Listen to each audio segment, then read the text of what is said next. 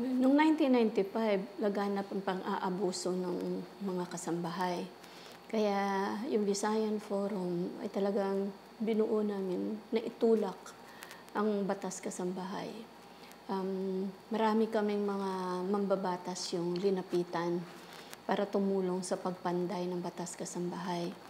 Balit marami sa kanila yung hindi interesado sa issue.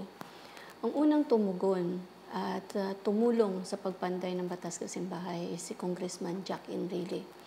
At mula noon hanggang ngayon ay talagang puspusan niya na sinulong ito. Maraming mga struggle, maraming mga balakid, dahil napakabago nga ang konsepto ng pagbigay ng karapatan para sa mga kasambahay. Subalit si Congressman Jack Enrile ay hindi siya bumitiw. So mula 1995 hanggang ngayon, kasama pa rin namin siya sa pagsulong nito.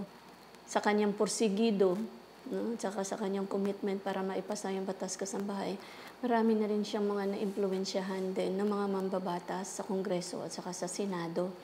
Kaya sa mga sumunod na mga Kongreso, marami na rin yung sumama at sumuporta sa batas kasambahay hanggang napasa ito nitong taon na ito. Napakasaya namin kasi akala ko hindi ko na makikita sa lifetime ko na mapasa ito.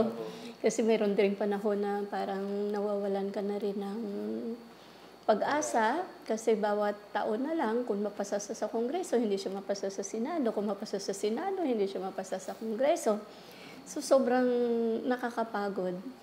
Subalit para sa akin, ito ay isang malaking milestone sa history ng Pilipinas. Taking to the consideration ng Pilipinas ay talagang source siya ng migrants sa buong mundo, lalong-lalo na ng mga kasambahay sa buong mundo. Although na ang batas kasambahay ay pinoprotektahan niya yung mga karapatan ng mga kasambahay dito sa ating bayan, but malaki ang epekto ito hindi lamang dito sa mga kasambahay sa ating bansa, kundi pati na rin sa ibang bayan.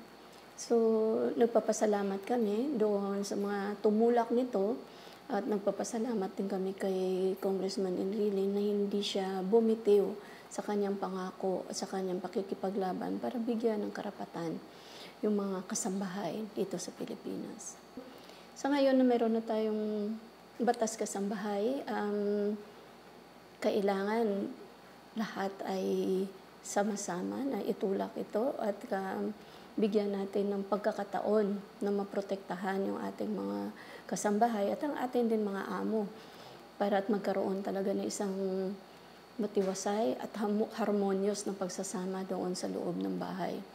At of course, nagpapasalamat tayo sa lahat na sumulong nito, lalo na sa kay Congressman Jack Enrile, kay Senator Kid Tatad, dati na counterpart nito sa Senado, katulong nila, at saka sa lahat-lahat ng mga kongresista at saka mga senador na tumulak ng batas kasambahay.